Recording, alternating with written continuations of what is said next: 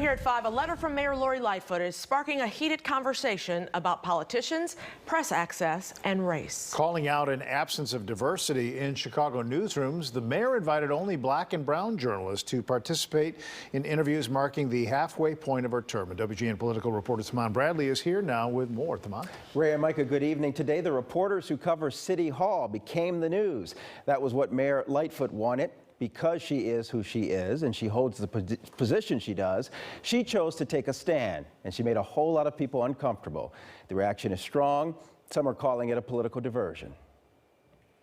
A most unusual move. To mark the second anniversary of her swearing in, Mayor Lori Lightfoot invited black and brown journalists to her office for one-on-one interviews.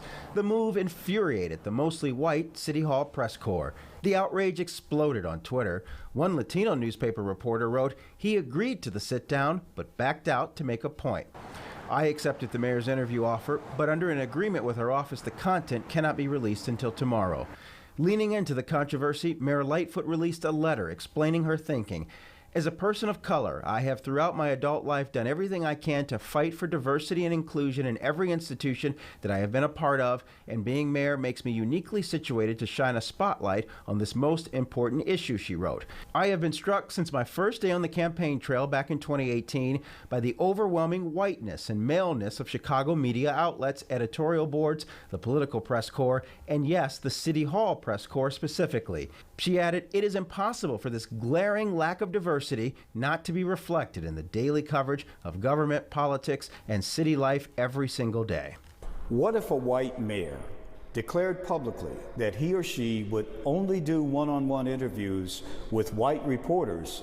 I would be outraged. Charles Thomas knows the City Hall beat well as a former television political reporter. He says although newsroom diversity is an important topic, he questions the mayor's timing. This is a distraction. Instead of talking about crime, talking about disarray in her administration, talking about education, talking about city finances, we're talking about this. Charles Whitaker is dean of Northwestern University Medill School of Journalism. He says he's worried about politicians picking the people they talk to. I appreciate the fact that the mayor is trying to use her bully pulpit to shed light on an issue that many of us have decried and bemoaned for decades. However, this is a really slippery slope. Having a politician attempt to sort of dictate coverage in a way is problematic. From the earliest possible. So again, we did talk to the mayor today. I asked her if this was a personal feud and why she would exclude my hardworking colleagues on the beat.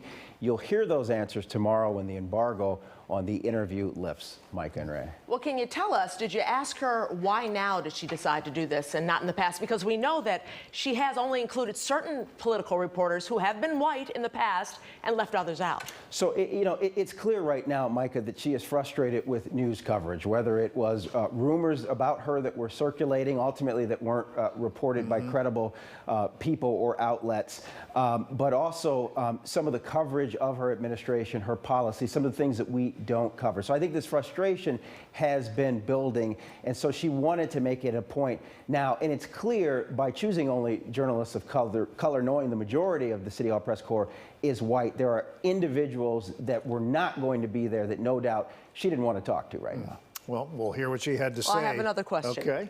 Okay, so people are being critical, saying she's not talking about crime, not talking about this, and not talking about other things. She can't chew gum and walk at the same time, right? Yes, and we discussed all of that in our interview.